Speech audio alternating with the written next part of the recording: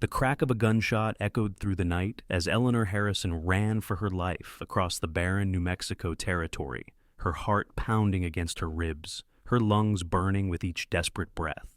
The year was 1878, and for the first time in 3 months of captivity, she had a chance at freedom, a chance she seized with both hands despite the blood staining her torn dress and the raw wounds left by manacles on her wrists. Behind her, angry shouts pierced the darkness. The slave traders, who had abducted her from her home in Missouri, would not easily surrender their merchandise. Eleanor knew what awaited her if they caught her again.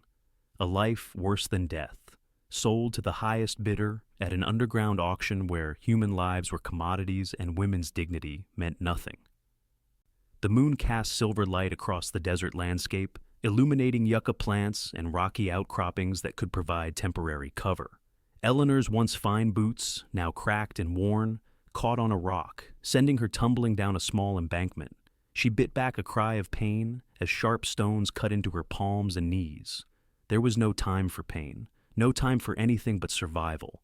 Eleanor had never imagined such a fate when she'd boarded the westbound train 3 months earlier, filled with hope and ambition to take a teaching position in Santa Fe.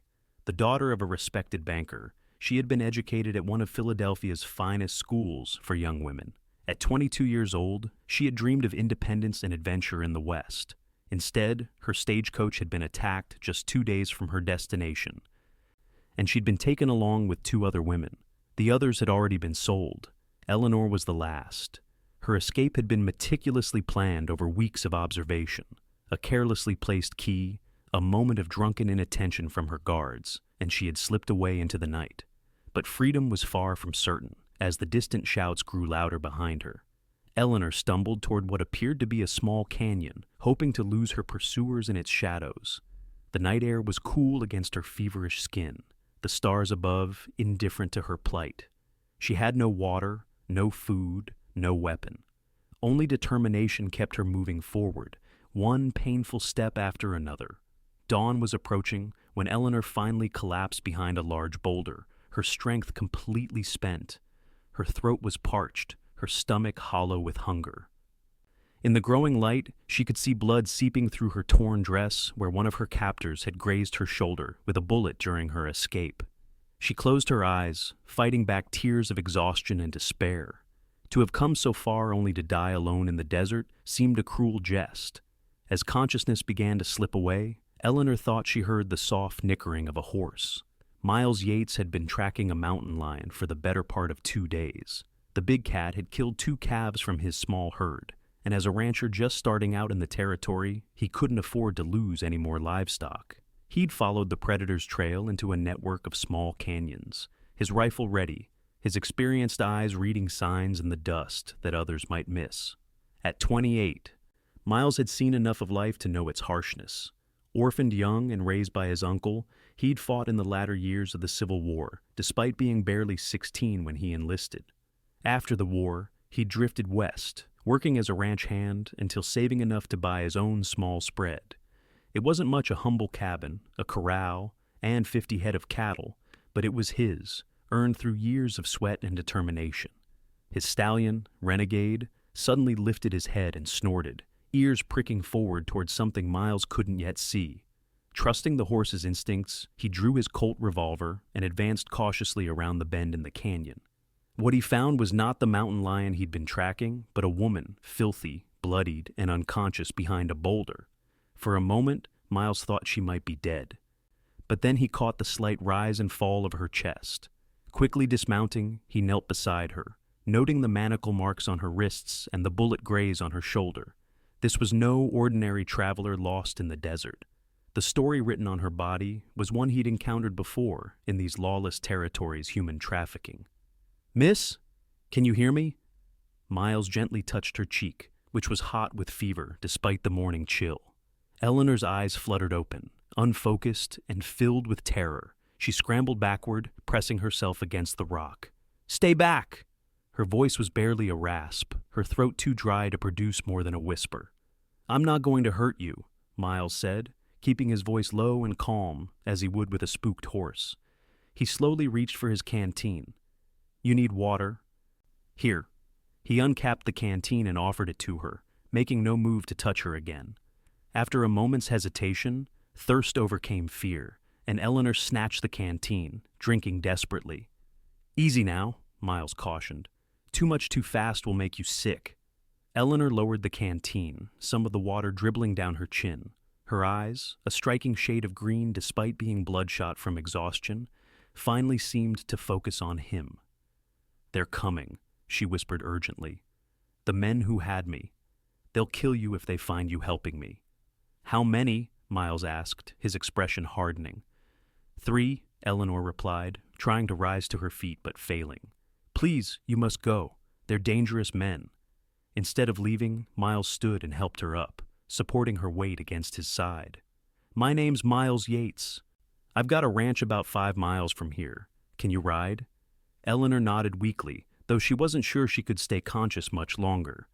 "Eleanor Harrison," she managed to say, as he helped her toward his horse. The sound of distant voices made them both freeze. Eleanor's fingers dug into Miles's arm with surprising strength. "That's them," she whispered. Miles made a quick decision. He lifted Eleanor onto Renegade's saddle, then handed her the reins. "Do you know how to fire a gun?" When she nodded, he passed her his revolver. "Ride that way," he pointed north. "Following the canyon. It opens into a valley. My cabin is the only one there. Can't miss it. Bar the door behind you." "What about you?" Eleanor asked, clutching the unfamiliar weight of the gun. Miles pulled a Winchester rifle from his saddle scabbard. "I'll make sure they don't follow." The steel in his voice made Eleanor shiver. "You can't face 3 armed men alone," she protested. "Wouldn't be the first time," Miles replied with a grim smile. "Now go, before they spot us." Eleanor wanted to argue further, but the voices were growing closer. With a final grateful look at the stranger who had offered help without question, she pressed her heels into Renegade's flanks. The horse responded instantly, carrying her away from danger and toward an uncertain sanctuary. Miles watched until she disappeared around a bend in the canyon, then turned to face the approaching men. He moved silently through the rocks, using skills honed during the war and years of hunting. Finding a defensible position on higher ground, he settled in to wait, checking his rifle and the backup pistol in his boot. He didn't have to wait long. 3 men on horseback came into view, following Eleanor's trail with the expertise of experienced trackers. Miles observed them carefully. The leader was a heavy-set man, with a bushy beard and a scar across his forehead. His companions were younger, but equally rough-looking, all heavily armed with rifles and sidearms. "She can't have gone far," the leader was saying. "Woman's half dead from thirst. We find her, Jameson gets double what he was going to pay for her, after we teach her a lesson about running." The casual cruelty in the man's voice made Miles's blood boil, but he kept his position, waiting until they were well within range before calling out. "That's far enough, gentlemen." The 3 men jerked in surprise, hands moving to their weapons as they scanned the rocks above. "This doesn't concern you, mister," the leader shouted back. "We're just tracking a thief who stole from us. Best you move along." "Funny," Miles replied, his rifle trained on the leader's chest. "The thief I found was a half-dead woman with chains marks on her wrists. Looks to me like you boys are in the slave trading business." The younger of the 3 men spat on the ground. "Ain't no law against it out here. That woman's our property, fair bought and paid for." "Not anymore," Miles said simply. "Turn around and ride out. Find another line of work." The leader laughed, a harsh, ugly sound. "1 man against 3? You must be simple. Boys, let's educate this fool." What happened next occurred with lightning speed. The leader went for his gun, but Miles had already pulled the trigger. The man toppled from his saddle as his companions drew their weapons. Miles rolled to a new position as bullets struck where he'd just been. He fired again, hitting 1 man in the shoulder. The 3rd man's horse reared in panic, throwing its rider. Taking advantage of the confusion, Miles descended from his position, rifle in hand.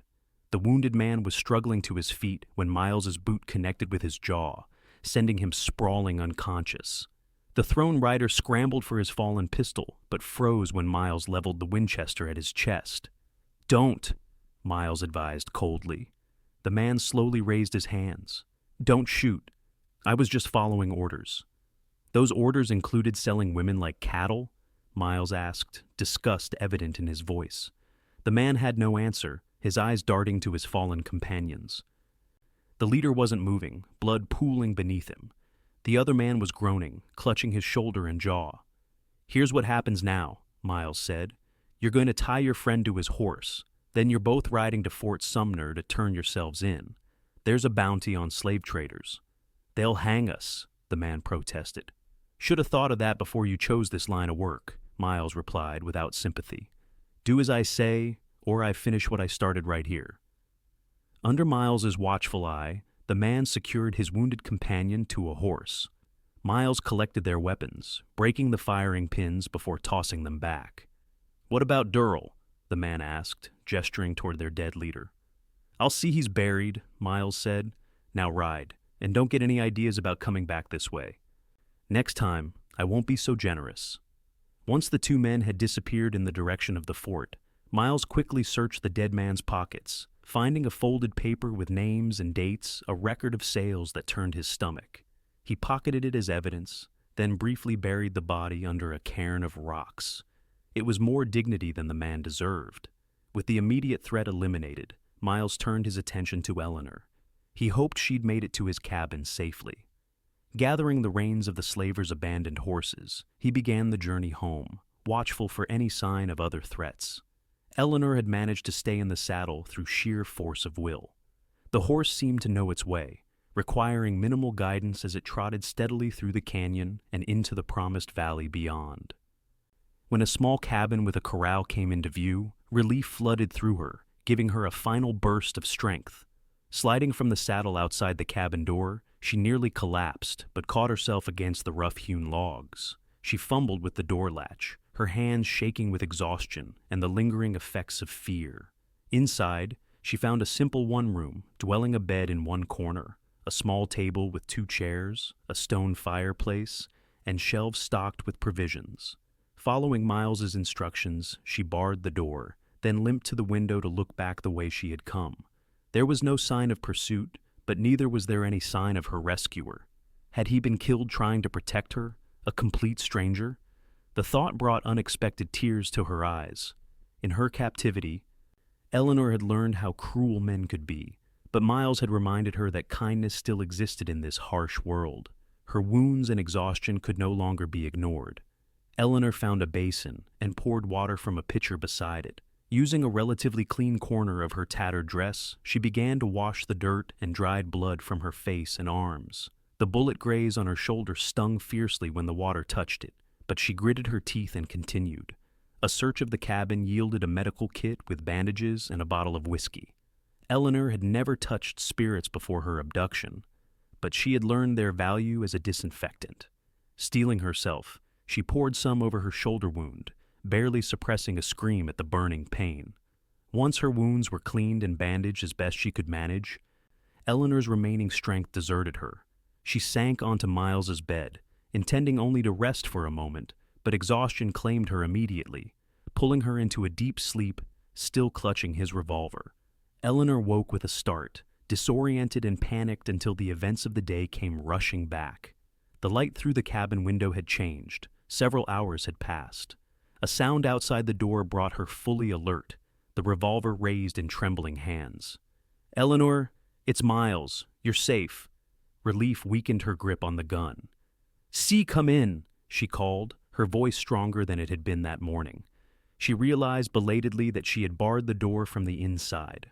Rising on unsteady legs, she removed the heavy wooden bar and opened the door to find Miles standing there, leading 3 unfamiliar horses. He looked different than he had in the canyon, less the dangerous fighter, and more a hard-working rancher. His dark hair was windblown, his strong jaw shadowed with stubble, but his blue eyes were kind as they assessed her condition.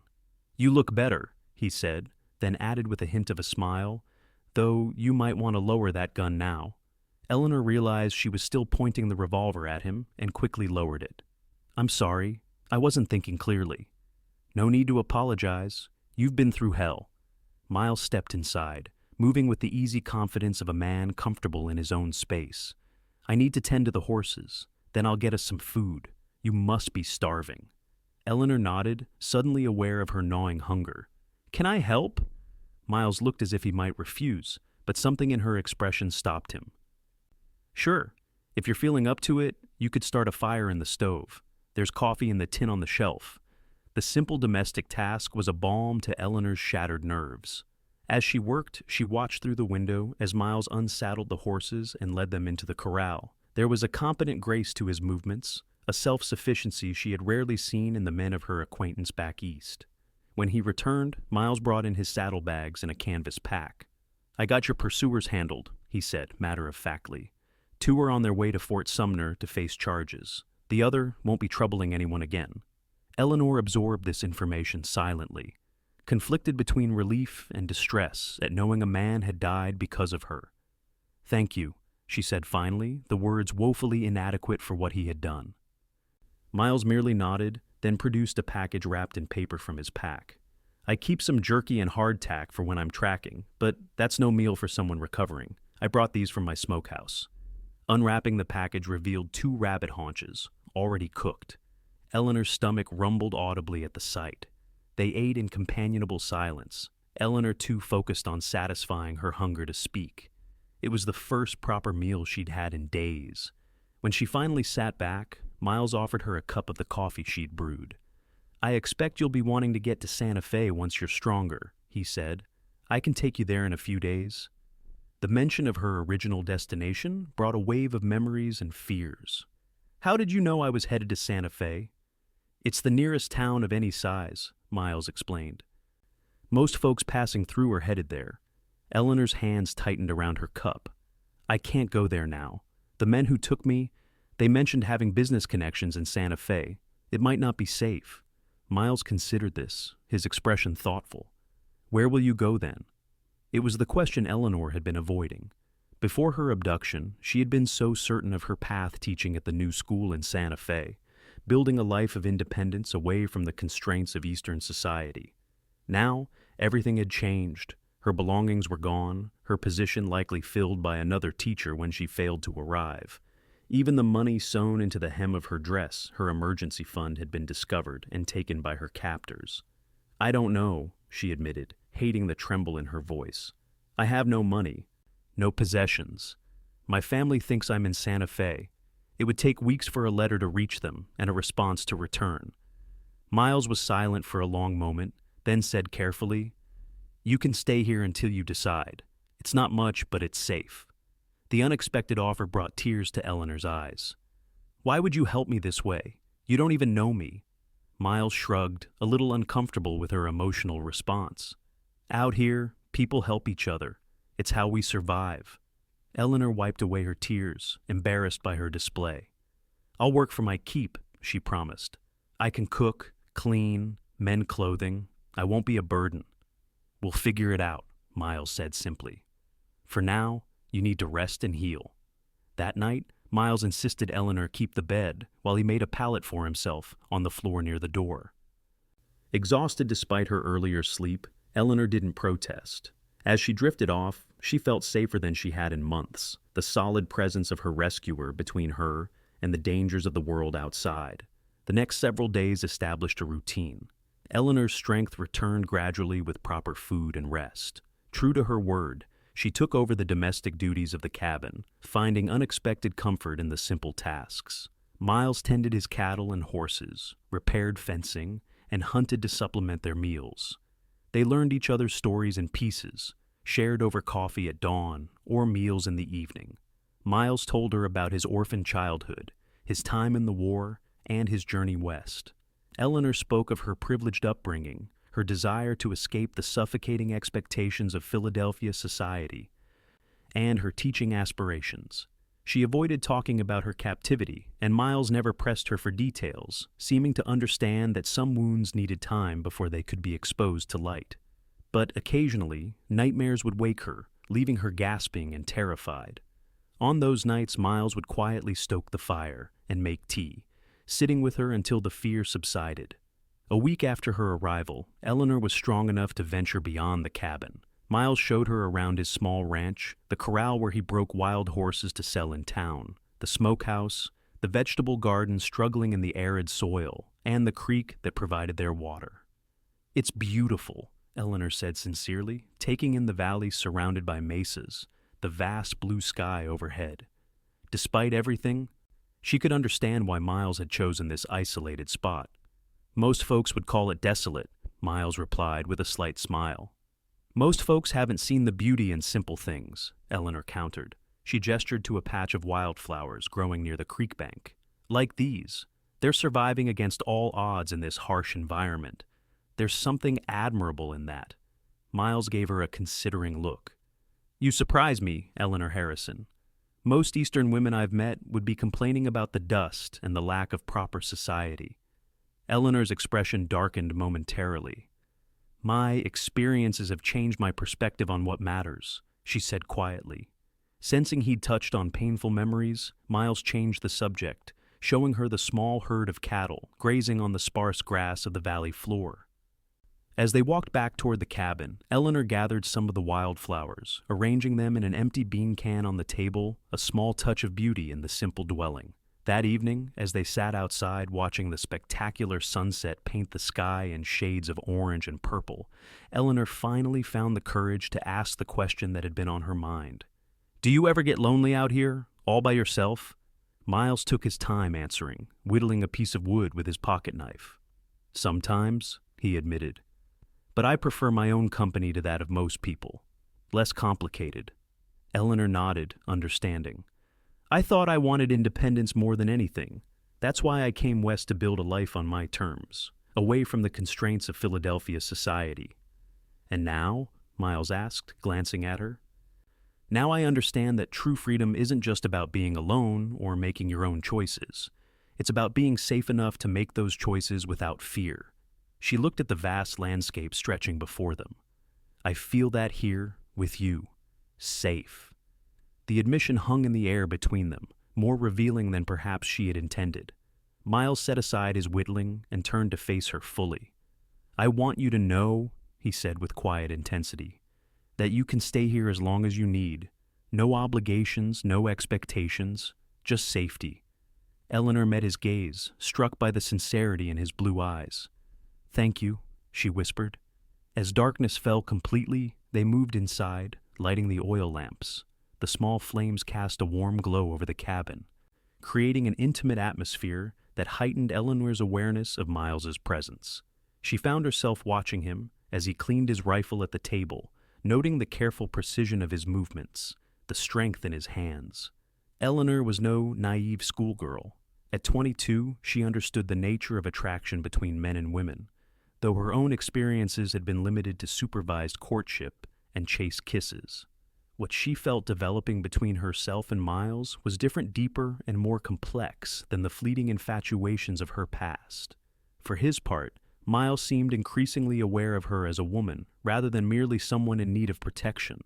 She caught his gaze following her as she moved around the cabin, felt the slight hesitation when their hands accidentally touched, passing a dish or tool. But neither acted on this growing awareness, each constrained by their own concerns. Eleanor was still healing from her trauma, still finding her footing in this new reality. Miles, she suspected, was held back by his sense of honor, unwilling to take advantage of her vulnerable position, so they maintained a careful distance, even as invisible threads drew them closer day by day. 2 weeks after Eleanor's arrival, the routine of ranch life was disrupted by an unexpected visitor. Miles had ridden out to check on his herd, leaving Eleanor alone at the cabin. She was hanging laundry on a line strung between 2 posts when the sound of an approaching horse made her freeze, her heart suddenly pounding. The trauma of her abduction was still fresh enough that any unexpected arrival triggered fear. Eleanor ducked inside the cabin, grabbing Miles' spare revolver from its hiding place beneath a loose floorboard. With shaking hands, she checked that it was loaded, then positioned herself beside the window. The rider who came into view was not one of her former captors, but a man in a dusty black coat and hat, with a silver star pinned to his vest. A lawman. Relief flooded through Eleanor, followed quickly by new anxiety. What would a lawman make of her presence here, alone with Miles? She set aside the gun and smoothed her borrowed clothing, one of Miles' shirts belted over her torn skirt, the best she could manage until they could get to a town for proper supplies. Taking a deep breath, she stepped outside to greet the visitor. "Afternoon, madam," the man said, touching the brim of his hat politely. "Marshal Thomas Burke. I'm looking for Miles Yates." "He's checking the herd," Eleanor replied, trying to keep her voice steady. "He should be back soon. Would you care to wait? There's coffee on the stove." The marshal studied her with curious eyes, but nodded. "Much obliged." Inside the cabin, the marshal sat at the table while Eleanor poured him coffee. His gaze took in the obvious signs of a woman's presence: the wildflowers, the neatly organized shelves, the mending basket beside the chair. "I don't believe we've met, miss." "Harrison, Eleanor Harrison," she supplied, sitting across from him with her own cup. "I'm staying with Mr. Yates temporarily." The marshal's expression revealed nothing. "I see. Well, Miss Harrison, perhaps you can help me. I'm investigating a matter involving 3 men who were engaged in human trafficking. 2 rode into Fort Sumner 10 days ago, with quite a tale about being forced to surrender by a rancher who killed their leader." Eleanor's cup clattered against the table, spilling coffee. "I'm sorry," she murmured, quickly wiping up the spill with a cloth. "No need for apologies," Marshal Burke said, his voice gentler. "Based on your reaction, I'm guessing you know something about this." Eleanor hesitated, uncertain how much to reveal. Before she could decide, the door opened and Miles stepped in, his expression shifting from surprise to wariness at the sight of the marshal. "Burke," he acknowledged with a nod. "What brings you out this way?" "The Durrell gang," the marshal replied. "2 of them turned up at Fort Sumner with an interesting story about you." Miles moved to stand beside Eleanor, a subtle gesture of support. "Is that so? They claimed you ambushed them while they were tracking a runaway." Burke's eyes moved between Miles and Eleanor. "I'm guessing this is the runaway in question?"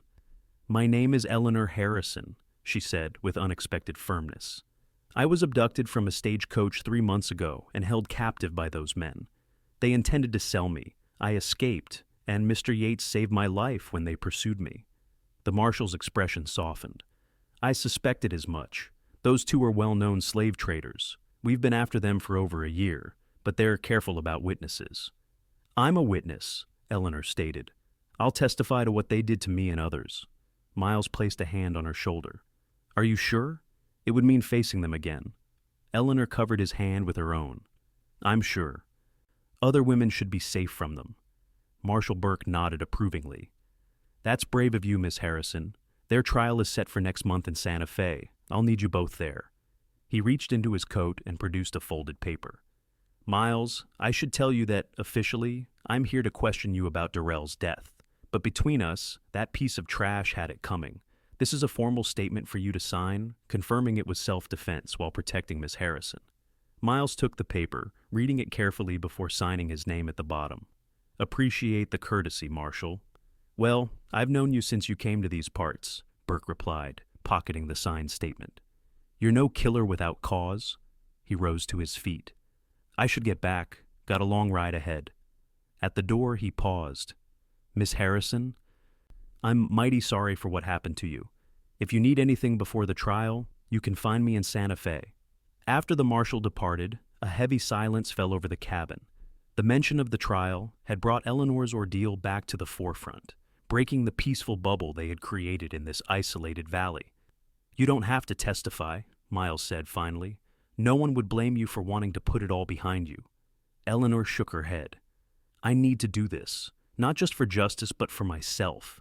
I need to face them as a free woman, not a victim." She looked up at Miles with determined eyes. "Will you come with me?" "Of course," he answered without hesitation. "You won't face this alone." That evening, they sat closer together than usual before the fire, the marshal's visit having shifted something between them. The prospect of returning to civilization, of facing her captors in court, made Eleanor acutely aware of how much she had come to rely on Miles's steady presence. "What will you do after the trial?" Miles asked, breaking the comfortable silence. Eleanor stared into the dancing flames. "I don't know. My teaching position is surely filled by now. I could write to my parents, ask for money to return east, but—" She trailed off, realizing she had no desire to return to her former life. "But," Miles prompted softly. "But I'm not the same person who left Philadelphia," Eleanor admitted. "I can't go back to afternoon teas and meaningless social calls, pretending that all I care about is finding a suitable husband." Miles was quiet for a moment. "The school in Cimarron might need a teacher," It's a small town, about a day's ride from here. Not as grand as Santa Fe, but decent folks. The suggestion stirred something in Eleanor Hope, perhaps. You think they would hire me? With your education? They'd be fools not to. Miles hesitated, then added, It would mean you wouldn't be far from here. The implication hung in the air between them.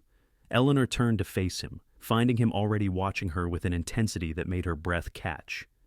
Would you want that? She asked softly. For me to be near? Miles reached out slowly, giving her time to pull away, and tucked a strand of hair behind her ear. I think you know I would. The touch of his fingertips against her cheek sent warmth spreading through Eleanor's body. For a moment, she thought he might kiss her, but instead, he withdrew his hand, a flash of uncertainty crossing his features. I don't want to presume, he said quietly. What you've been through has nothing to do with this, Eleanor interrupted, surprising herself with her boldness. What I feel for you is separate from what happened to me. It's new and unexpected, but it's real, Miles. The use of his first name, something she had carefully avoided until now, seemed to break a final barrier between them. Miles leaned forward, closing the distance, and pressed his lips to hers in a gentle, questioning kiss. Eleanor responded without hesitation, her hands coming up to rest on his shoulders. The kiss was tender, almost reverential, a stark contrast to the roughness of Miles's exterior. When they finally parted, both were breathing faster, eyes locked in shared wonder. I never expected to find someone like you, Miles confessed, his voice rough with emotion. Especially not out here in the middle of nowhere. Eleanor smiled, feeling truly happy for the first time in months. Sometimes the most precious things are found in unexpected places. Miles chuckled, the sound warming her more than the fire. That sounds like something a school teacher would say. Well, Eleanor replied with a playful dignity, I am a school teacher. Their laughter filled the small cabin, chasing away the shadows of the past and the uncertainties of the future. That night, Miles moved his sleeping pallet closer to the bed, and they fell asleep with their hands entwined in the space between. The next morning brought a new sense of purpose. They needed to prepare for the journey to Santa Fe and the trial that awaited. Miles suggested they ride to the nearest town, Cedar Creek, for supplies and to send telegrams Eleanor to her parents letting them know she was safe, and Miles to inquire about the teaching position in Cimarron. Cedar Creek was a half-day's ride from the ranch, a journey that would have been impossible for Eleanor a week earlier. Now, though still not fully recovered, she sat tall in the saddle of a gentle mare Miles had been training, her borrowed clothing covered by his spare coat against the morning chill. The town consisted of a single dusty street lined with wooden buildings, a general store, a saloon, a small hotel, and various other establishments necessary for frontier life. To Eleanor, accustomed to the bustling streets of Philadelphia, it seemed hardly more than a village. Yet there was a vibrancy to the place, a sense of determined survival that resonated with her. People stared curiously as Miles helped her dismount in front of the general store. A woman riding with a man wearing men's clothing was bound to cause talk in a place this size. Eleanor straightened her shoulders, refusing to be intimidated by the scrutiny. Inside the store, the proprietor greeted Miles warmly. Yates, didn't expect to see you for another month. Who's your friend? James, this is Miss Eleanor Harrison, Miles said, his tone making it clear he expected respectful treatment. Miss Harrison, James Parker, he owns this establishment and most of the town's gossip. Pleased to meet you, Miss Harrison, Parker said, eyeing her borrowed clothing with undisguised curiosity. Likewise, Mr. Parker, Eleanor replied, with the perfect composure instilled by years of social training. I find myself in need of some proper attire. Do you carry ladies' ready-made garments? Her refined accent clearly surprised the storekeeper. Yes, madam, not a large selection, but we get the occasional shipment from back east. My wife handles that side of things. I'll fetch her. While Mrs. Parker helped Eleanor select a simple but serviceable dress, undergarments, and a sturdy pair of boots, Miles gathered the other supplies they needed. Eleanor was acutely aware that she had no money to pay for her purchases, a fact that gnawed at her independent nature. When they rejoined Miles at the counter, Eleanor whispered, I'll repay you as soon as I can. Miles simply shook his head. Consider it an investment in Cimarron's future school teacher. After leaving their purchases to be collected later, they made their way to the telegraph office. Eleanor composed a brief message to her parents, explaining that she had faced difficulties but was safe and would write a detailed letter soon. Miles sent his inquiry about the teaching position. With those tasks completed, Miles suggested lunch at the hotel before starting the journey home. As they crossed the street, Eleanor noticed a group of men outside the saloon, watching them with particular interest. One nudged another and pointed in their direction, murmuring something that made his companions laugh. Miles must have noticed too, for his posture tensed slightly, his hand moving closer to his sidearm. "Ignore them," he murmured. "Trail hands with too much time and whiskey." But as they reached the hotel steps, one of the men called out, "Hey Yates, where'd you find the fancy piece? Don't usually see your type with quality goods." Eleanor felt Miles freeze beside her, saw his jaw clench with anger. Before he could respond, another voice rang out from the hotel porch. "That's quite enough, Walsh. Apologize to the lady." The speaker was an older man with silver hair and a neatly trimmed beard, dressed in a well-worn but quality suit. His commanding tone suggested someone used to being obeyed. The cowboy who had shouted Walsh scowled but muttered a sullen, "No offense meant, madam."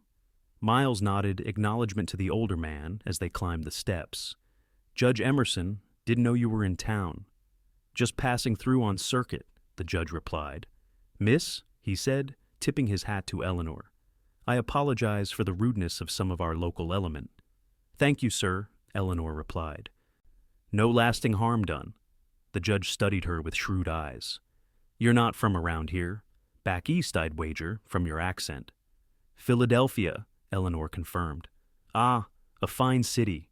I practiced law there briefly after the war." The judge gestured toward the hotel dining room. "Would you both join me for lunch? I'd welcome civilized company for a change." Over a simple meal of beef stew and fresh bread, Judge Emerson proved to be an engaging conversationalist, sharing stories of his time on the circuit and his earlier life in the East. Eleanor found herself relaxing in his presence, especially when he showed no undue curiosity about her circumstances. As they were finishing their coffee, however, the judge's expression turned more serious. "I couldn't help but overhear at the telegraph office that you're inquiring about the teaching position in Cimarron, Miss Harrison." Eleanor exchanged a glance with Miles. "Yes, I am. I was originally hired to teach in Santa Fe, but circumstances prevented my arrival." "I see," the judge said thoughtfully.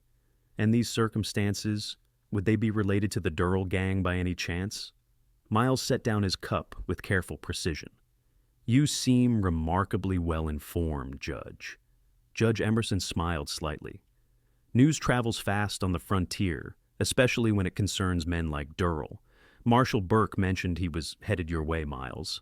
It wasn't difficult to connect the dots when I saw Miss Harrison with you." He turned his attention to Eleanor. "If you're planning to testify against those men, you should know it won't be easy. Their type has friends in unexpected places. Some powerful people have profited from their activities." A chill ran through Eleanor at the judge's words. "Are you suggesting the trial might not be fair?" "I'm suggesting you should be careful," Judge Emerson replied. "I'll be presiding in Santa Fe next month. I can assure you of a fair hearing in my courtroom, but I can't control what happens outside of it." Miles leaned forward, his expression grim. "Are you saying she's in danger?" The judge considered his words carefully. "Not immediately, perhaps, but it would be wise to be vigilant until this matter is concluded." He rose to his feet. "I've taken enough of your time. Miss Harrison, I look forward to seeing justice done in your case. Miles, good day to you." After the judge departed, Eleanor and Miles sat in troubled silence. The warning had cast a shadow over what had begun as a hopeful day. "Perhaps I should reconsider testifying," Eleanor said finally, though the words tasted bitter. Miles reached across the table, taking her hand in his. "That's your decision to make, but know this, I won't let anything happen to you. Whatever you decide, I'll stand by you." The conviction in his voice strengthened Eleanor's resolve. "No," she said firmly. "I won't be intimidated into silence. Those men need to be held accountable, not just for what they did to me, but for all the women they've victimized." Miles smiled, a mixture of pride and concern in his eyes. "You're the bravest woman I've ever met, Eleanor Harrison."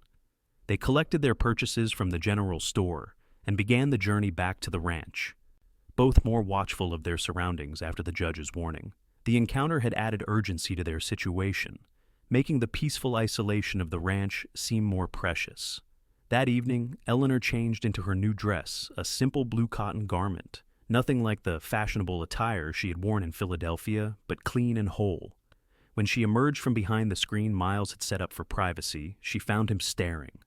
"What is it?" she asked, suddenly self-conscious. "Does it look strange?" Miles shook his head slowly. "No, you look beautiful. It's just, I've only seen you in borrowed clothes.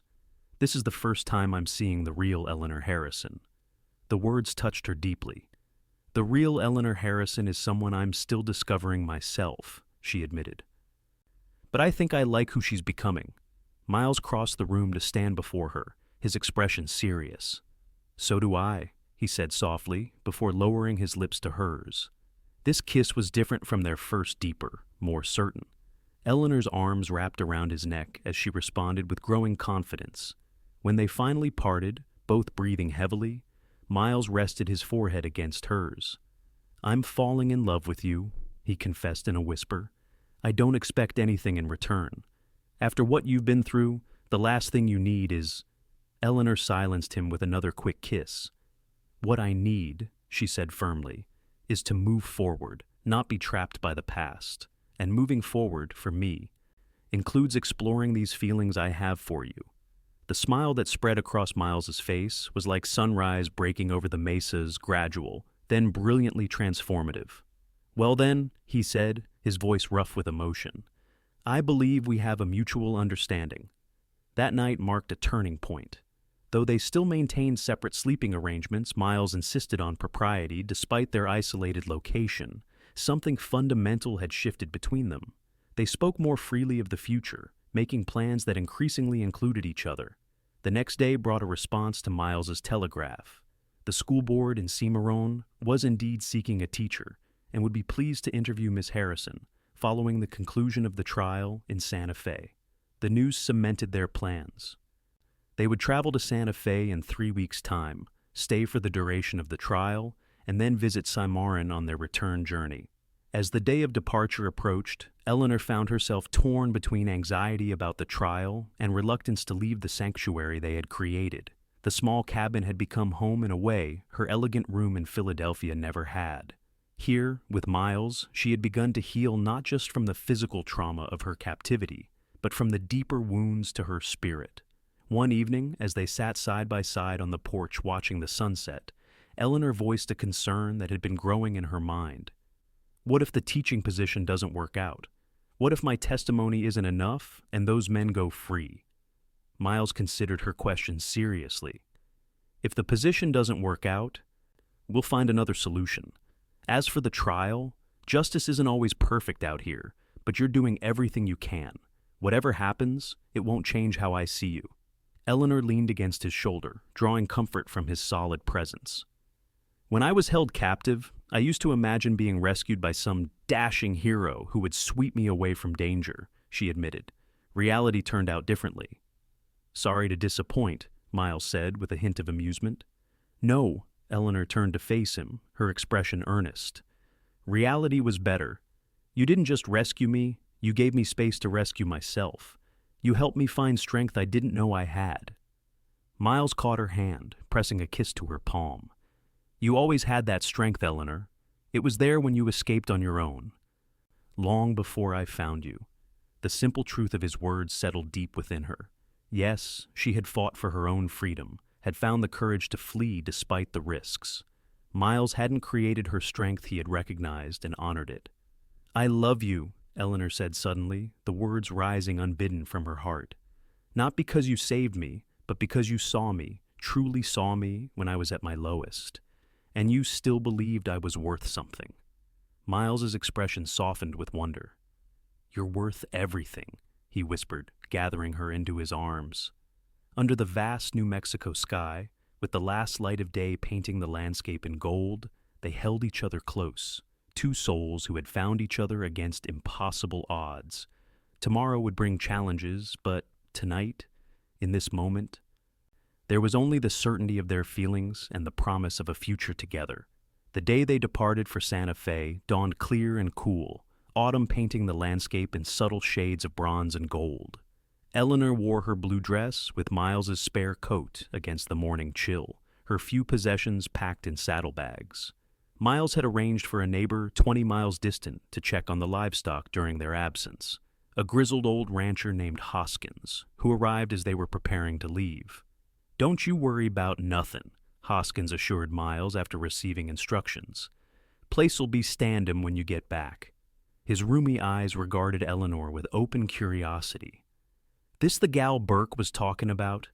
The one who escaped them slavers?" Eleanor stiffened slightly but nodded. "Yes, Mr. Hoskins. I'm Eleanor Harrison." The old man spat tobacco juice, then surprised her with a gap-toothed grin. "Plumb impressed, madam. Takes grit to do what you did. These parts need more women with backbone." Despite his crude manner, the compliment warmed Eleanor. "Thank you, sir." "You take care of her, Miles," Hoskins said, suddenly serious. "Word is some folks ain't happy about her testifying. Them slavers got friends." Miles' jaw tightened. "I'm aware. We'll be careful." This was the second warning they had received, confirming Judge Emerson's concerns. As they rode away from the ranch, Eleanor felt a growing apprehension mixed with her determination to see justice done. The peaceful isolation of the valley gave way to more traveled paths as they joined the main road to Santa Fe. They camped the first night near a small stream, Miles keeping his rifle close as they ate a simple meal beside a small fire. Eleanor noticed his increased vigilance the way his eyes constantly scanned their surroundings, how he positioned himself between her and the road. "You're worried," she observed, as darkness fell completely. Miles didn't deny it. "Just being cautious. We should reach Santa Fe tomorrow afternoon. I've arranged rooms at a boarding house run by a widow named Mrs. Callahan. She's discreet, and her place is secure." Eleanor moved to sit beside him, drawing comfort from his warmth. "And after the trial?" "We visit Marin about your teaching prospects," Miles replied. Then he hesitated. "That depends on what you want, Eleanor." She rested her head against his shoulder. "I want to build a life that feels meaningful. I want to teach, to make a difference for children on the frontier. And," she added softly, "I want you in that life, Miles Yates." Miles pressed a kiss to her hair. "Then that's what we'll work toward." They slept that night beneath the vast, star-filled sky. Eleanor wrapped in Miles's blanket, Miles himself dozing fitfully nearby, one hand always near his gun. Despite the circumstances that had brought them to this point, Eleanor felt a profound sense of rightness, as if all the random turns in her life had been leading her precisely here. Santa Fe appeared on the horizon the following day, a sprawling settlement nestled beneath mountains, its adobe buildings glowing golden in the afternoon sun. The territorial capital was far larger than Eleanor had imagined, with a bustling central plaza surrounded by government buildings, shops, and churches. The sight of so many people after weeks of isolation made Eleanor unexpectedly anxious. She found herself drawing closer to Miles as they rode through the outskirts of town, past wagons loaded with goods and groups of people speaking a mixture of English and Spanish. Mrs. Callahan's boarding house was located on a quiet side street, a 2-story adobe structure with a small courtyard. The widow herself came out to greet them, a stout woman with iron-gray hair and shrewd eyes that missed nothing. "Mr. Yates," she said with a nod. "And this must be Miss Harrison. Marshal Burke said to expect you." Her gaze swept over Eleanor assessingly. "You'll be wanting to rest before dinner, I expect. The journey from Miles's place isn't easy." The room Mrs. Callahan showed Eleanor was small but scrupulously clean, with a narrow bed, a washstand, and a window overlooking the courtyard. Miles would be staying across the hall, close enough for security, Mrs. Callahan explained, with a knowing look, but respectable enough to prevent gossip. Once alone, Eleanor sank onto the bed, suddenly overwhelmed by the reality of what lay ahead. Tomorrow she would meet with Marshal Burke to discuss her testimony. The day after, the trial would begin. She would have to face her captors, recount her ordeal publicly, endure questioning from their defenders. A soft knock interrupted her thoughts. Opening the door revealed Miles, his expression concerned. "You all right?" he asked quietly. Eleanor managed a small smile. "Just nervous. It's becoming real now that we're here." Miles glanced down the empty hallway, then stepped into the room, keeping the door ajar for propriety. "You can still change your mind. No one would blame you." Eleanor shook her head firmly. "No, I need to do this." Miles took her hands in his callous thumbs brushing across her knuckles. "Then, I'll be right there with you, every step." The simple promise steadied her. "Thank you." She squeezed his hands, drawing strength from his unwavering support. "Have you heard from Marshal Burke?" "He's coming by after dinner to brief us," Miles replied. "Mrs. Callahan says the trial has caused quite a stir. The Durrell gang's activities were more extensive than we realized." This was both reassuring and troubling. More evidence against the slavers, but also more powerful people potentially invested in their silence. Dinner was served in the boarding house dining room, where they met the other residents: a land surveyor, a clerk from the territorial governor's office, and an elderly couple visiting their son. All clearly burned with curiosity about the newcomers, but Mrs. Callahan's stern presence kept questions to a minimum. Marshal Burke arrived as they were finishing their meal. Over coffee in Mrs. Callahan's private parlor, he outlined what to expect at the trial. "The two men in custody are James Mercer and Franklin Webb," Burke explained. "Both are claiming they were just hired hands following Durrell's orders. The prosecution believes we can prove otherwise." Eleanor nodded, remembering the younger of her captors, the one who had spat on the ground and called her property. Webb was the one who primarily guarded the women. He was cruel. Burke's expression darkened. "We've found 3 other women willing to testify to similar experiences." "You're not alone in this, Miss Harrison." The knowledge that other victims would be present was both comforting and distressing. Eleanor hated that others had suffered as she had, yet felt relief that the burden of testimony wouldn't rest solely on her shoulders. "What about Judge Emerson's concerns?" Miles asked, his voice low. "He suggested there might be people who don't want this trial to proceed." The marshal sighed heavily. "The judge wasn't wrong. We've had some interference with witnesses. Nothing overtly threatening, but enough to make me cautious. That's why I arranged for you to stay here with Mrs. Callahan.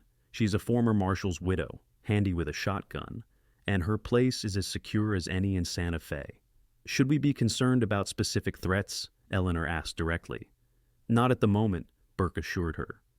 "We have men watching the boarding house, and I'll personally escort you to and from the courthouse. Just be vigilant and don't wander the town alone." After the marshal departed, Eleanor and Miles sat in silence for a moment, absorbing the information. The weight of what lay ahead pressed heavily on Eleanor's shoulders, but beneath the anxiety was a steely determination.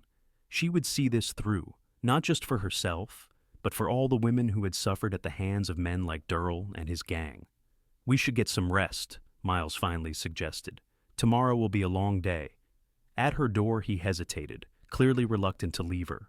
Eleanor felt the same reluctance, having grown accustomed to his protective presence. "I'll be right across the hall," he assured her. "If you need anything at all, don't hesitate to knock." Eleanor nodded, forcing a smile. "I'll be fine. Thank you, Miles, for everything."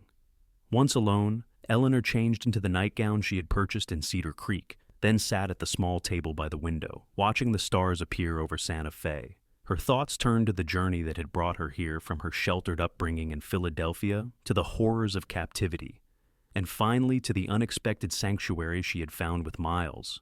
Whatever happened in the days ahead, Eleanor knew she was no longer the same woman who had boarded that westbound train months ago.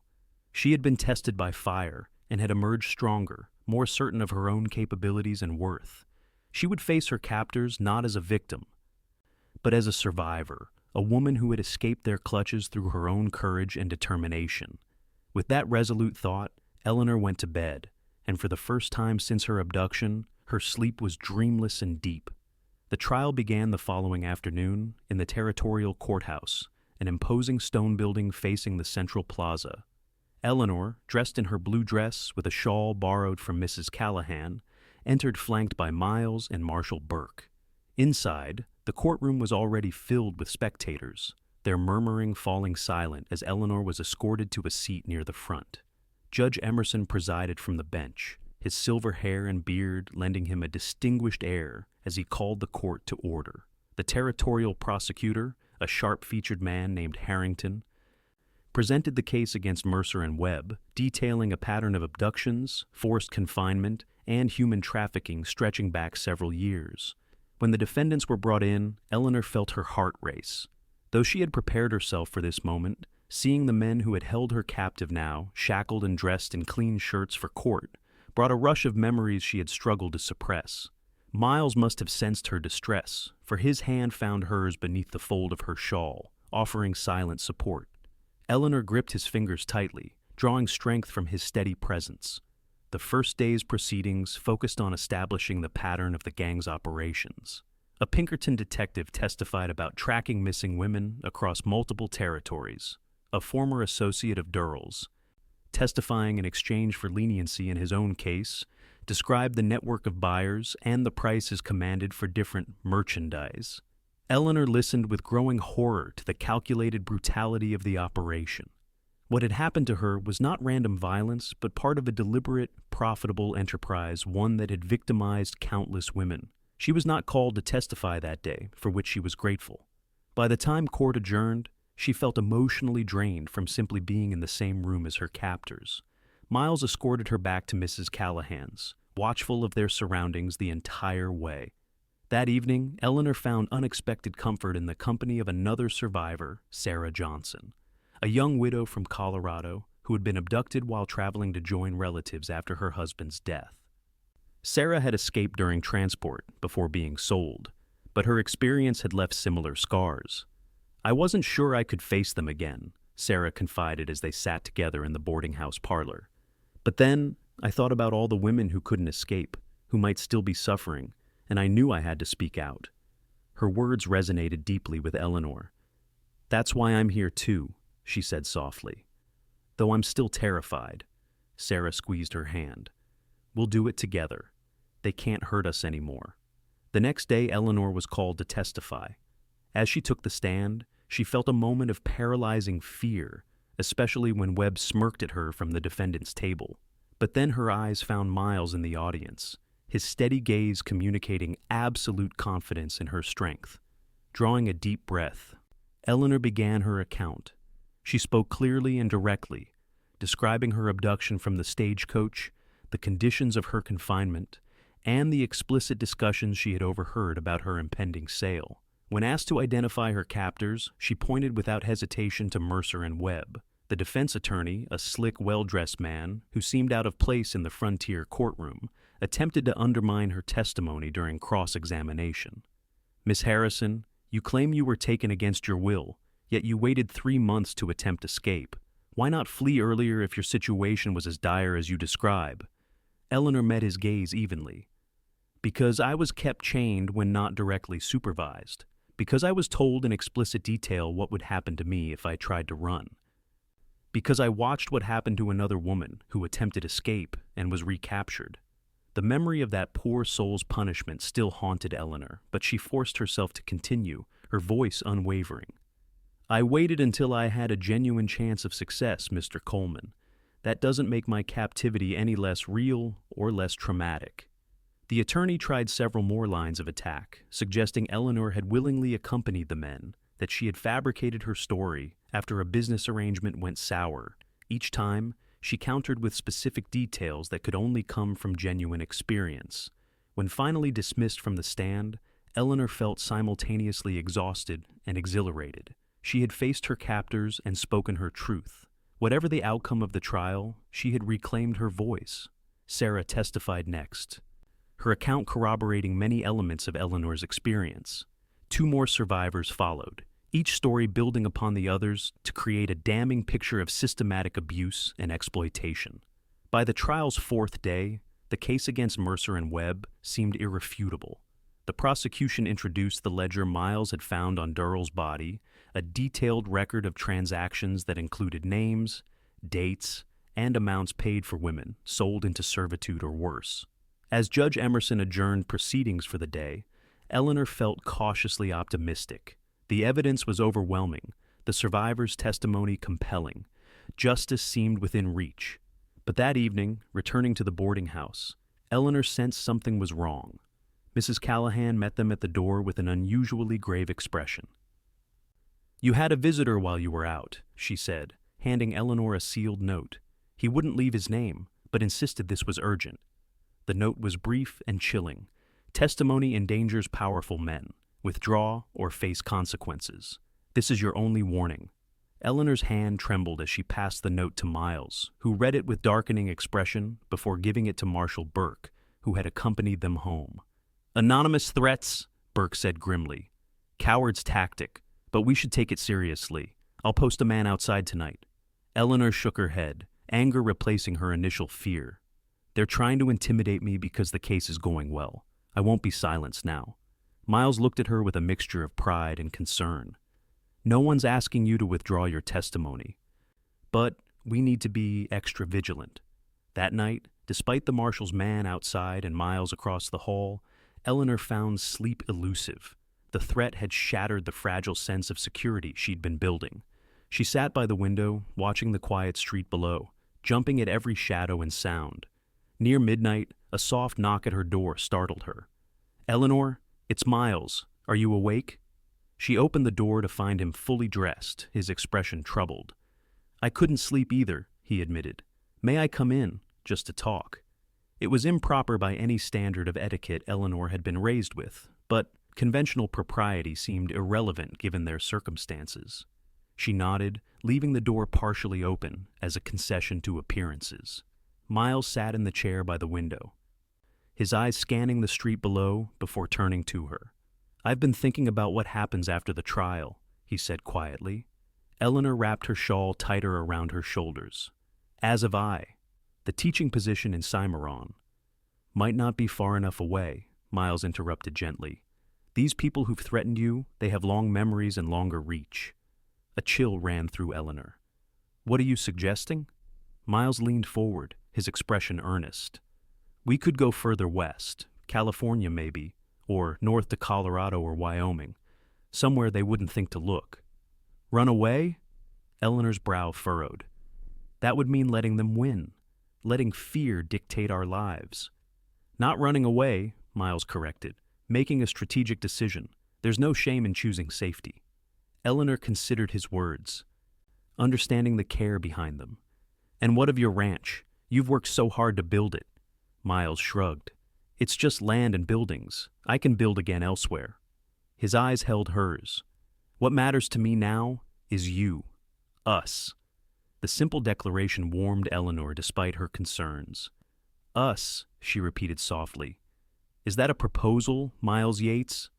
A slow smile spread across his face. "Not officially, not yet. I figure a proper proposal should involve better timing and perhaps a ring. But yes, Eleanor Harrison, when this is over, I intend to ask you to be my wife if you're amenable to the idea." "I'm amenable," Eleanor replied, her own smile breaking through despite the tension of their situation. "Very amenable indeed." They talked for another hour, making tentative plans for different possibilities, staying in New Mexico if the threat proved empty, or starting fresh elsewhere if necessary. The conversation gave Eleanor a sense of control that had been lacking since the threatening note arrived. When Miles finally returned to his room, Eleanor found she could sleep at last, her mind fixed not on dangers, but on possibilities. The next morning brought unexpected developments. As they prepared to leave for the courthouse, Marshal Burke arrived with news. "Webb wants to make a deal," he announced. "Says he has information about who's really behind the operation names that weren't in the ledger. He's willing to testify against them in exchange for a reduced sentence." This was a significant turn, one that suggested the anonymous threat had substance. If Webb was willing to implicate more powerful figures, it meant there were indeed people with influence involved in the trafficking network. "What does the prosecutor say?" Miles asked. "He's considering it," Burke replied.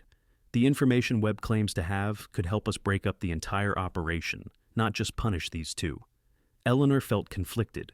The idea of Webb receiving any leniency was distasteful, yet if his testimony could prevent other women from suffering as she had, perhaps the trade was worthwhile. Would I still need to testify? She asked. Burke nodded. Yes, your testimony and the others established the crimes. Webb's deal would be about expanding the case, not replacing your evidence. When they arrived at the courthouse, the atmosphere had changed. Rumors of Webb's potential deal had spread, creating a buzz among spectators. Eleanor noticed several well-dressed men she hadn't seen before, watching the proceedings with tight expressions. Judge Emerson called the attorneys to his bench for a lengthy discussion before announcing that court would resume the following morning. As they left the courthouse, Eleanor felt the weight of unseen eyes following them. "I don't like this," Miles muttered as they walked back toward the boarding house, Marshal Burke and a deputy flanking them. Too many new faces in town suddenly interested in a trial they ignored until now. Eleanor shared his unease.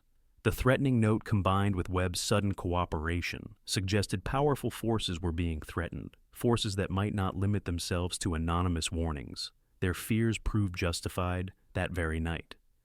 Eleanor was awakened past midnight by shouts and the acrid smell of smoke.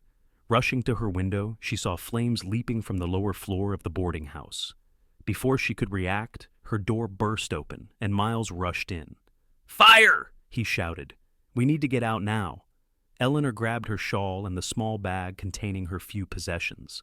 The hallway was already filling with smoke as other boarders emerged in various states of undress, coughing and disoriented. "This way!" Mrs. Callahan appeared at the end of the hall, a shotgun in one hand as she directed them toward the back stairs. "The front entrance is blocked." Miles kept Eleanor close as they followed the widow down the narrow staircase and through the kitchen to a back door.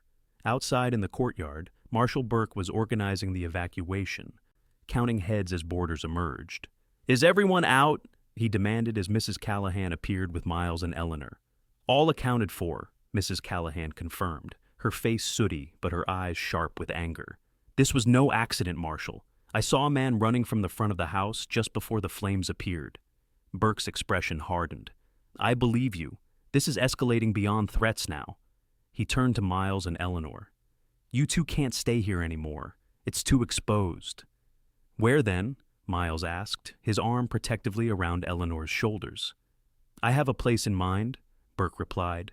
"But first, let's get everyone safely away from this fire."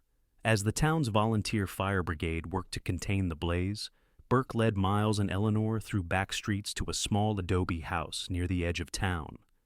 A young deputy opened the door at Burke's knock. "This is my home," Burke explained as they entered. "My wife and children are visiting her mother in Denver, so there's room. You'll stay here tonight, and tomorrow we'll arrange something more permanent." The attack had shaken Eleanor deeply. As she sat wrapped in a blanket in Burke's parlor, the reality of the danger facing them could no longer be denied. These were not people who would be easily discouraged. They had resources, determination, and a powerful motive to silence those who threatened their operation. "I don't understand," she said, her voice tight with strain. "How can they be so brazen? Burning down a boarding house could have killed everyone inside, not just me. People who traffic in human lives don't value any life but their own," Burke said grimly. "And they're getting desperate. Webb's decision to talk has them frightened." Miles, who had been silent since their arrival, finally spoke. "We need to finish this trial quickly and get Eleanor out of Santa Fe. Every day we stay increases the risk." Burke nodded in agreement. "I've spoken to Judge Emerson. He's prepared to hear Webb's testimony tomorrow and move to closing arguments immediately after. With luck, we could have a verdict by tomorrow evening." Eleanor tried to take comfort in this accelerated timeline, but the image of the boarding house in flames kept returning to her mind. How many innocent people had been endangered simply because she had been staying there? The weight of that responsibility was crushing. Sensing her distress, Miles knelt beside her chair.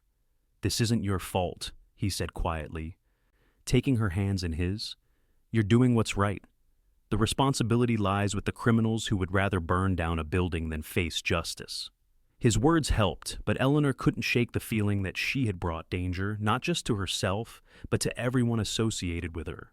As dawn approached without further incident, she made a decision. She would see the trial through to its conclusion, but afterward, she would accept Miles's suggestion to start fresh elsewhere, somewhere these people couldn't reach them. The next day's proceedings were conducted under heavy security. Judge Emerson had ordered the courthouse cleared of all but essential personnel, with armed deputies positioned throughout the building. Eleanor, Miles, and the other survivors were brought in through a side entrance to avoid the crowd that had gathered outside. Franklin Webb was the day's first witness, now testifying for the prosecution. His face was haggard, his eyes constantly darting toward the courtroom doors, as if expecting retribution to burst through at any moment. Under questioning from Harrington, Webb revealed details of an operation far more extensive than initially believed. He named prominent businessmen, a territorial legislator, and even a federal marshal from a neighboring territory, as participants in the human trafficking network. Each had profited either by directly purchasing women or by facilitating the transport and sale of merchandise across the Southwest. And who coordinated these activities after Durrell's death? Harrington asked. Webb swallowed hard before answering. Thomas Coleman. A gasp ran through the courtroom. Coleman, the defense attorney representing Webb and Mercer, had conveniently stepped out just before Webb's testimony began. Judge Emerson immediately ordered his arrest, but reports soon returned that Coleman had fled Santa Fe during the night. The revelation cast the previous day's fire in an even more sinister light. Coleman had likely orchestrated the attack when he realized Webb was going to implicate him. The remainder of the trial proceeded with surprising speed. Mercer, seeing his former colleague turn state's evidence, attempted to do the same, but had less valuable information to offer. By late afternoon, Judge Emerson was delivering his verdict, guilty on all counts for both men, with Webb's sentence reduced in exchange for his cooperation in prosecuting the higher-level conspirators he had named. As the judge announced that arrest warrants would be issued immediately for those implicated, Eleanor felt a weight lift from her shoulders. It wasn't complete justice. Some of the guilty would likely escape punishment, but it was a significant blow to the trafficking network. Outside the courthouse, Marshal Burke ushered Eleanor and Miles to a waiting wagon. "We're not taking any chances," he explained. "I'm having you escorted out of town tonight. Coleman is still at large, and the others Webb named will be desperate to silence anyone who can testify against them." Miles helped Eleanor into the wagon. "Where are we going?" "Army patrol is leaving for Fort Union within the hour," Burke replied. "You'll travel with them. After that, well, that's up to you.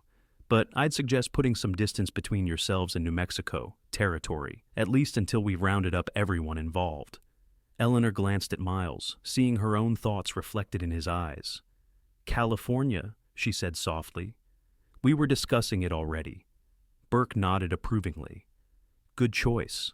I'll arrange for telegrams to be sent to your family, Miss Harrison, so they know to direct any communications westward."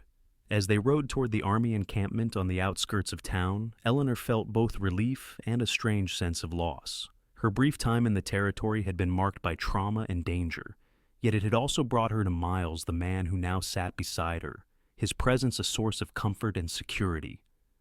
"Are you sure about California?" Miles asked quietly. "It's far from everything you know."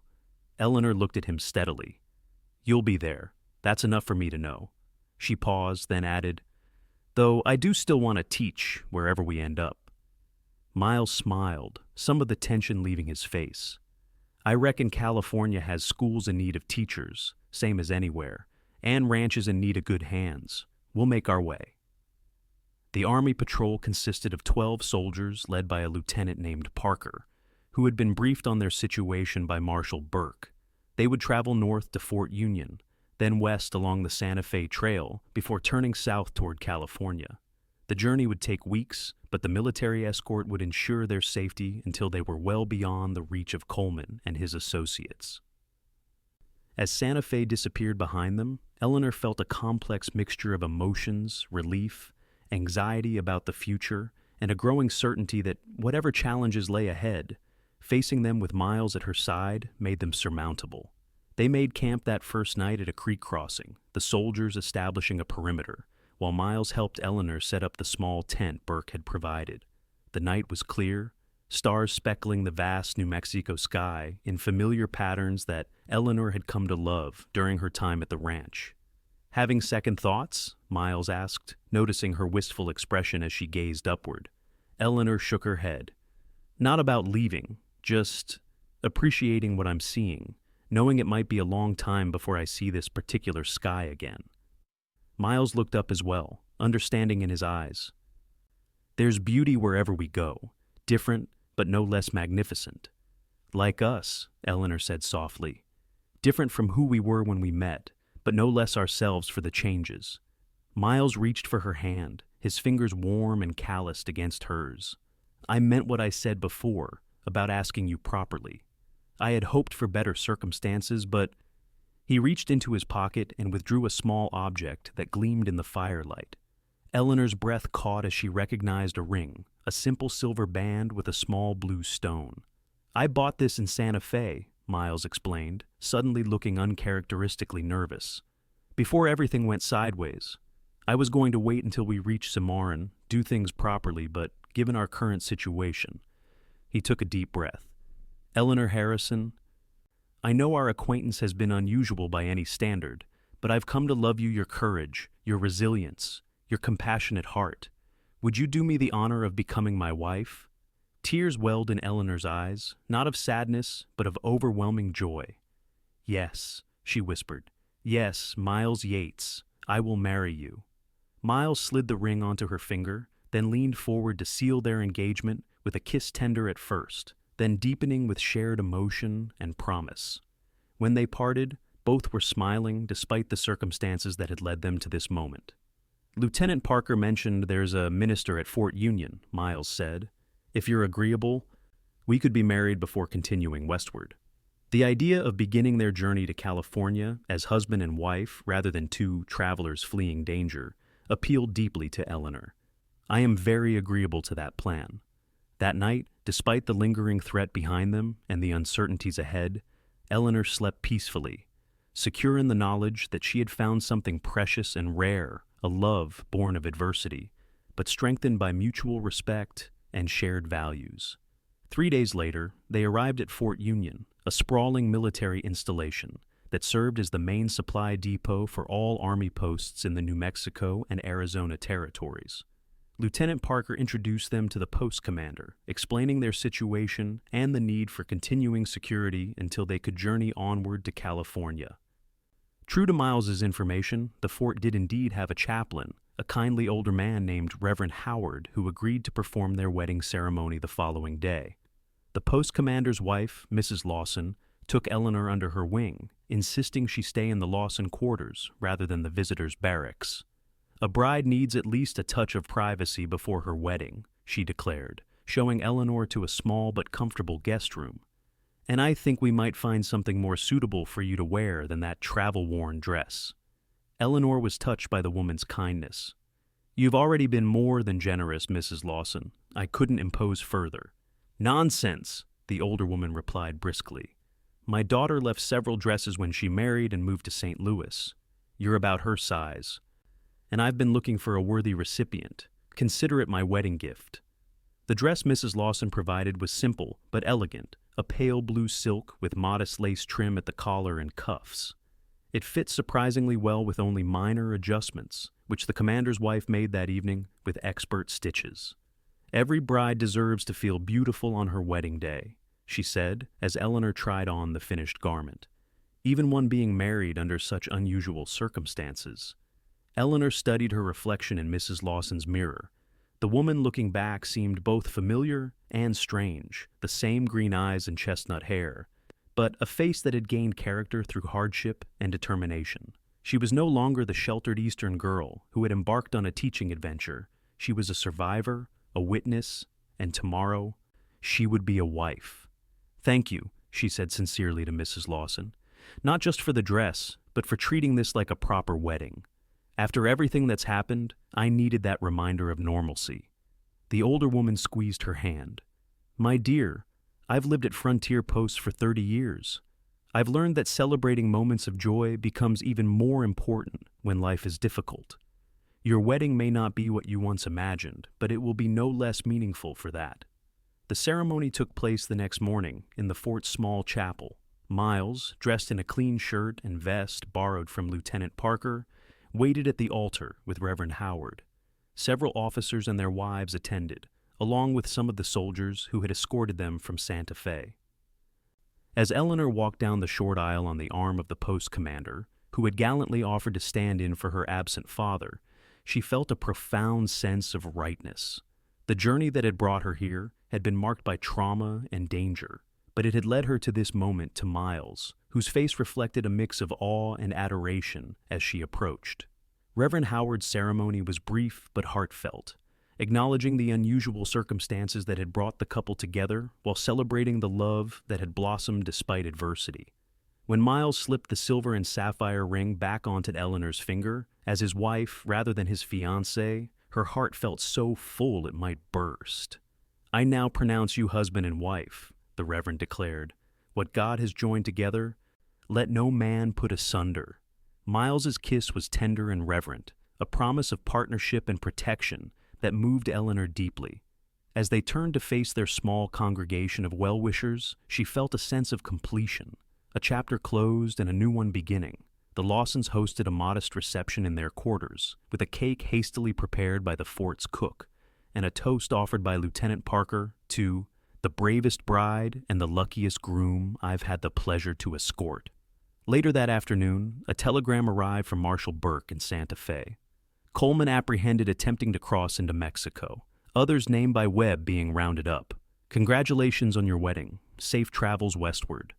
The news was the best wedding gift they could have received, confirmation that the immediate threat had been neutralized. Though Eleanor knew the broader network might still have operatives beyond New Mexico's borders, the knowledge that justice was being served brought a sense of closure to her ordeal. Their journey westward began 2 days later, joining a military supply train headed toward California. As Fort Union disappeared behind them, Eleanor took Miles's hand, her new wedding ring catching the sunlight. "No regrets?" he asked quietly. Eleanor shook her head, smiling up at the man who had fought for her, respected her strength, and now pledged his life to hers. "None whatsoever, Mr. Yates." "Nor I, Mrs. Yates," he replied, the new title making her heart skip. "Not a single one." As their wagon train headed west into the setting sun, Eleanor felt a sense of perfect contentment. The road ahead might be long and uncertain, but she would travel it as part of a partnership, founded on mutual respect and deepening love, a love unexpected but infinitely precious, born in the wild heart of the western frontier. Epilogue. 5 years later. The schoolhouse bell rang out across the green valley, nestled in the foothills of California's Sierra Nevada mountains, signaling the end of the day's lessons. Eleanor Yates stood in the doorway, watching as her students gathered their slates and readers, calling cheerful goodbyes as they departed. At 27, Eleanor had found her calling in this small but growing community. The schoolhouse, built 3 years earlier by town effort, with Miles contributing much of the lumber and labor, now served nearly 30 children from the surrounding farms and ranches. Her reputation as a dedicated and innovative teacher had spread throughout the region, attracting families who valued education for their children. As the last student disappeared down the dirt road, Eleanor gathered her teaching materials and stepped outside, locking the schoolhouse behind her. The late afternoon sun bathed the valley in golden light, illuminating the prosperous ranch visible on the nearest hillside, the Yates homestead. The sound of approaching hoofbeats made her smile even before she turned to see her husband riding toward her, their 3-year-old son, Daniel, secure in front of him on the saddle. Behind Miles rode Thomas, the 10-year-old orphan they had taken in 2 years earlier when his parents' neighbors and friends had died in a flash flood. "Mrs. Yates," Miles called with a tip of his hat, his blue eyes twinkling with the same warmth that had first drawn her to him years ago. At 33, he had settled comfortably into his role as one of the valley's most respected ranchers, his knowledge of horses making him particularly successful in breeding and training stock for both practical and racing purposes. "Mr. Yates," Eleanor replied with matching formality, though her smile belied the pretense. "And young Masters Yates, to what do I owe this pleasure?" "Daniel insisted on coming to fetch you," Miles explained, lifting their son down from the saddle. The boy immediately ran to Eleanor, wrapping his arms around her skirts. "Mama, Papa let me help with the new foal today." His excitement was contagious, his green eyes so like Eleanor's own, wide with wonder. "Did he indeed?" Eleanor scooped him up. marveling as always at how perfectly he blended features from both his parents, her eyes, and Miles's dark hair. "And what did you think of the experience?" "Messy," Daniel declared seriously, "but wonderful." Thomas dismounted with the easy grace of a boy raised on horseback. "He actually was helpful, Ma," he confirmed, using the name he had gradually adopted for Eleanor over the past year. "Held the water bucket steady and everything." Eleanor felt the familiar warmth that always accompanied Thomas's use of the parental title. Though not their child by birth, he had become every bit their son in heart. "Well done, both of you," she praised. "And perfect timing. I was just thinking I might need an escort home." Miles dismounted, leading his horse to Eleanor and offering his hand to help her up. With practiced ease, she settled Daniel in front of her, while Miles swung back into the saddle. Thomas remounted his own pony, and the family started the short journey home. As they rode, Eleanor reflected on the path that had led them here. After their wedding at Fort Union, they had continued westward, eventually settling in this fertile California valley. Using the money Eleanor's parents had sent, once they learned of her ordeal and marriage, combined with what Miles had saved from selling his New Mexico ranch, they had purchased land and begun building their new life. The first years had been challenging establishing the ranch, building their home, adapting to marriage, and then welcoming Daniel. But they had faced each challenge as partners, their bond strengthening with each obstacle overcome. Eleanor had initially taught individual children from neighboring homesteads before the community built the schoolhouse. Miles had slowly expanded their ranch operations, focusing on horses rather than cattle, after discovering his breeding stock was particularly valued in California's growing equine market. News from New Mexico had reached them periodically through Marshal Burke, who maintained correspondence. Most of the trafficking network had been dismantled, its leaders imprisoned or, in some cases, meeting more permanent ends when they resisted arrest. The marshal had visited once, 3 years ago, staying at their ranch for a week while recovering from a wound received in the line of duty. "You've built something special here," he had observed before departing. "Not just a successful ranch, but a true home." "After what you both endured, that's no small accomplishment." Eleanor treasured that assessment. From the ashes of trauma and danger, she and Miles had indeed forged something precious, a partnership, founded on mutual respect and deepening love. A family created both by birth and by choice, a place in a community that valued them. As they crested the final hill before their ranch, Eleanor's gaze took in the scene before her, the sturdy 2-story house with its wide porch, the well-constructed barn and outbuildings, the corral where several prized horses grazed peacefully. Smoke rose from the chimney, indicating that Rosa, their housekeeper, had dinner preparations underway. "What are you thinking?" Miles asked, noticing her contemplative expression. Eleanor smiled, shifting Daniel more comfortably in her arms. "I'm thinking about journeys, how the one I started when I left Philadelphia led me somewhere I never expected, but exactly where I needed to be." Miles reached across the space between their horses to take her hand briefly. "I thank God every day that your journey crossed paths with mine." "As do I," Eleanor replied softly. "As do I." They rode down the slope toward home, the setting sun painting the landscape in hues of gold and amber. Behind them lay the shadows of the past, the terror of captivity, the danger of pursuit, the uncertainty of starting anew. Before them stretched the promise of tomorrow, their growing children, their flourishing ranch, their place in a community they helped strengthen, and in this moment, riding home together. Eleanor and Miles Yates embodied the resilience and hope that defined not just their own story, but the enduring spirit of the American frontier, where second chances were possible, where determined souls could build new lives, and where love, against all odds, could not only survive, but thrive.